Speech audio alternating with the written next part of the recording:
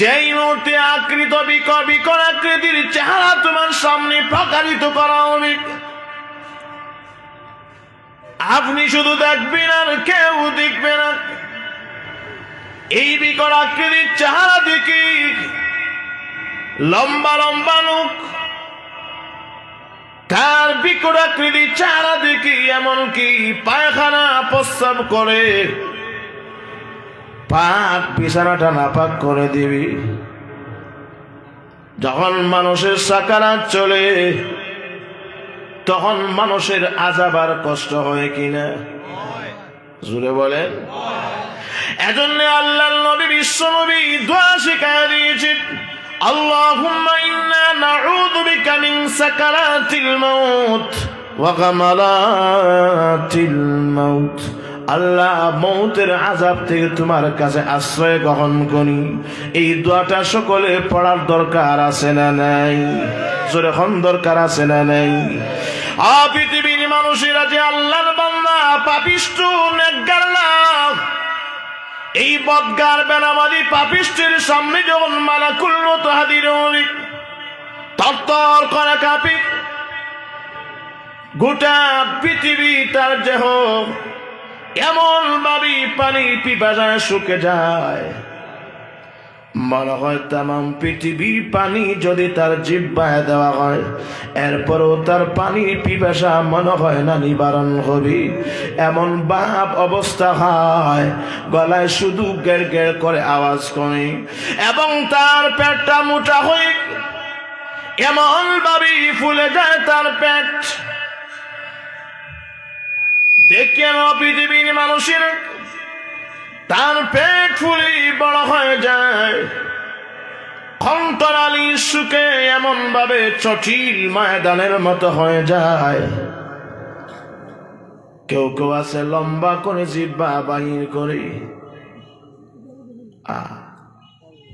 গলায় আওয়াজ করে, দুইটা পা দিয়া বিছানায় আঘাত প্রঘাত করে, কিন্তু জান বাহির হয় না, কষ্ট হইতেছে।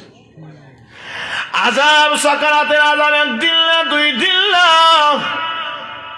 এমনও মানুষ আছে 2 বছর, 3 বছর, 5 বছর থেকে বিছানায় শয্যাশায়ী আছে না নাই? আর একটু যখন আছে না নাই? তাকে জিজ্ঞাসা করো, মৌতের চিন্তা, মৌতের গজব, মৌতের আযাব কেমন ভয়াবহ। উলামায়ে কেরাম বলেন, ভাইরা আমার, একটা জীবিত ছাগলকে যদি তার চামড়া চুলায় নেওয়া হয়, একটা জীবিত ছাগলকে যদি চামড়া উঠাইয়া দেওয়া হয়, যেমন কষ্ট হয়, মৌতের সময় একটা মানুষের বেনামাজি পাপিষ্ঠের চাইতে 70 গুণ বেশি কষ্ট হবে। জোরে কন্যা নাউজুবিল্লাহ। লোহার বল্লম চিনেননি? বল্লম গাও দিলি, একটা জীবিত মানুষের শরীরে গাও দিলি, বলেন কষ্ট হবে না মিষ্ট লাগবে? উলামায়ে কেরাম বলেন, একটা জীবিত মানুষকে বল্লম দিয়া গাও দিলে যেমন কষ্ট হবে, মরণের টাইমে সাকরাতের আযাবে এর চাইতে 70 গুণ বেশি কষ্ট হবে একজন পাপিষ্ঠের। জোরে কন্যা নাউজুবিল্লাহ।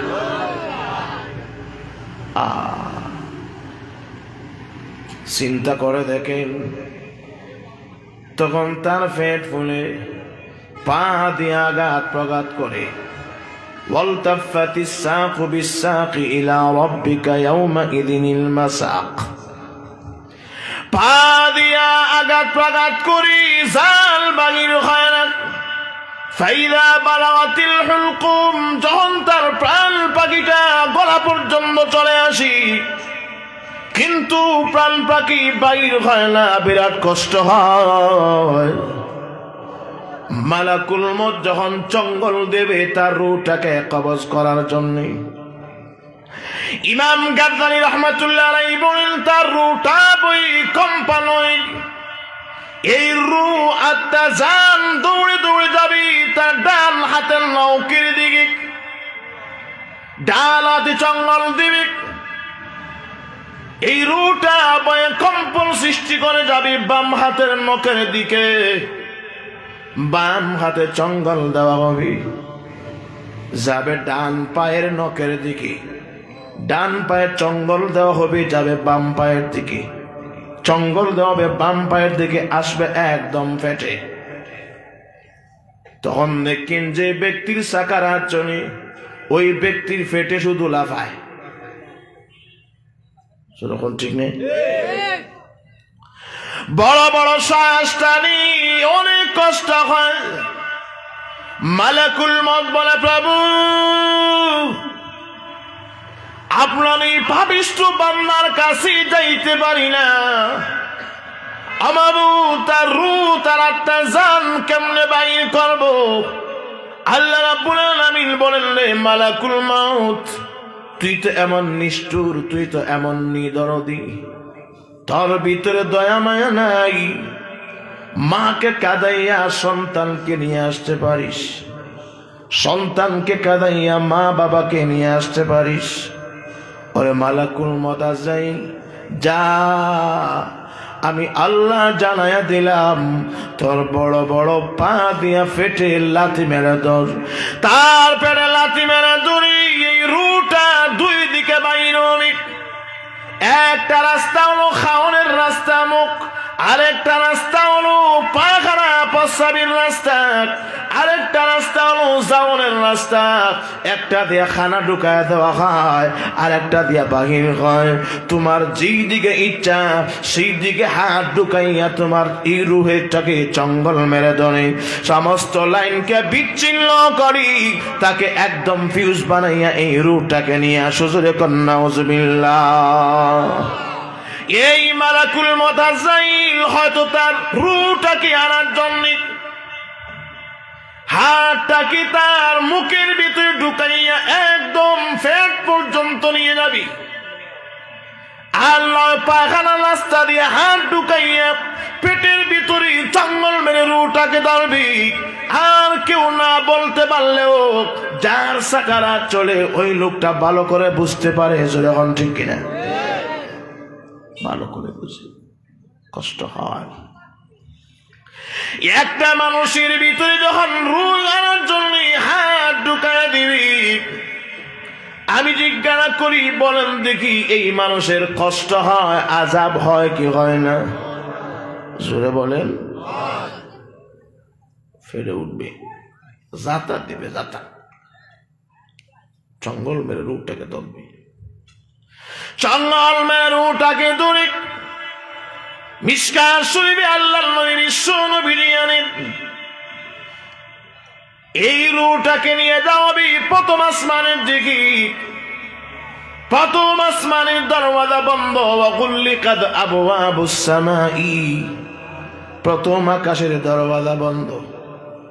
খবরদার ওই বেনামাজি পাপিষ্ঠ সুদখোর ঘুষখোরের মুখ উপরে নিয়ে আসার সুযোগ নাই। আল্লাহ ওই আসমানের দরওয়াজা বন্ধ করে দিয়েছেন। তার আত্মাটা বড় নাপাক, তার আত্মাটা অপবিত্র আত্মা, শুধু দুর্গন্ধ আর দুর্গন্ধ লাগে। প্রভু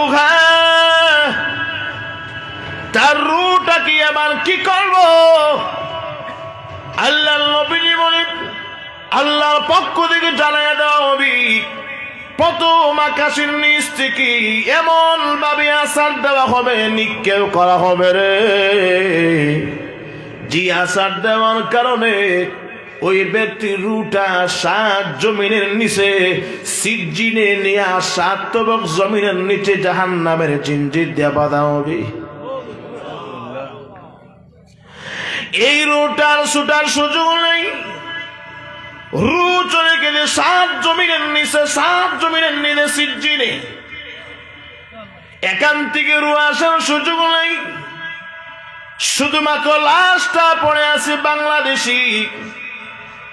আল্লাহ রাব্বুল আলামিন শিখায়া দিয়েছেন কোরআন শরীফে, ওয়ান্নাজিআতি গারকা والنازعات غرقا والناشطات نشطا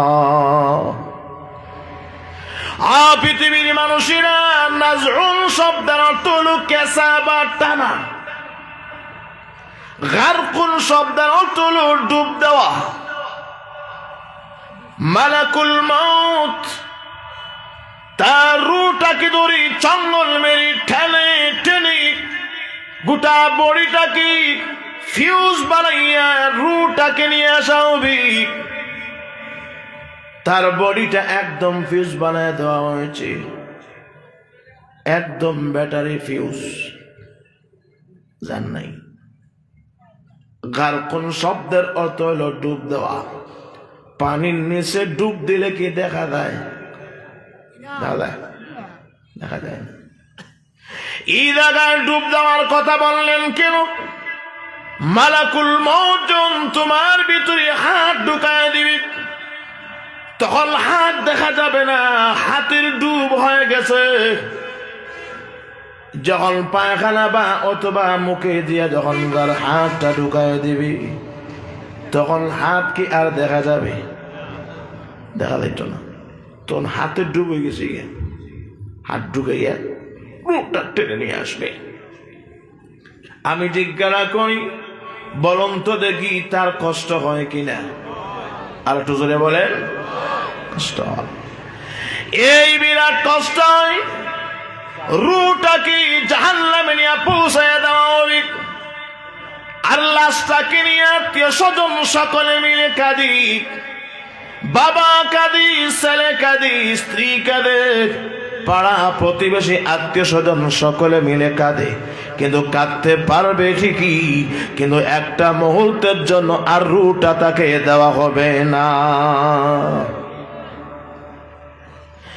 এবার চারিকাঠি বসাইয়া তার লাশটাকে টেনে টেনে নিয়ে যাওবি গোসলখানার ভিতরে। বড়ই পাতা গরম পানি দিয়ে তার লাশটাকে গোসল দেওয়া হবে। কিন্তু রু ডেকে ডেকে বলে, বাবা রে, এত গরম পানি দিস না, আমার বড় ব্যথা লাগে।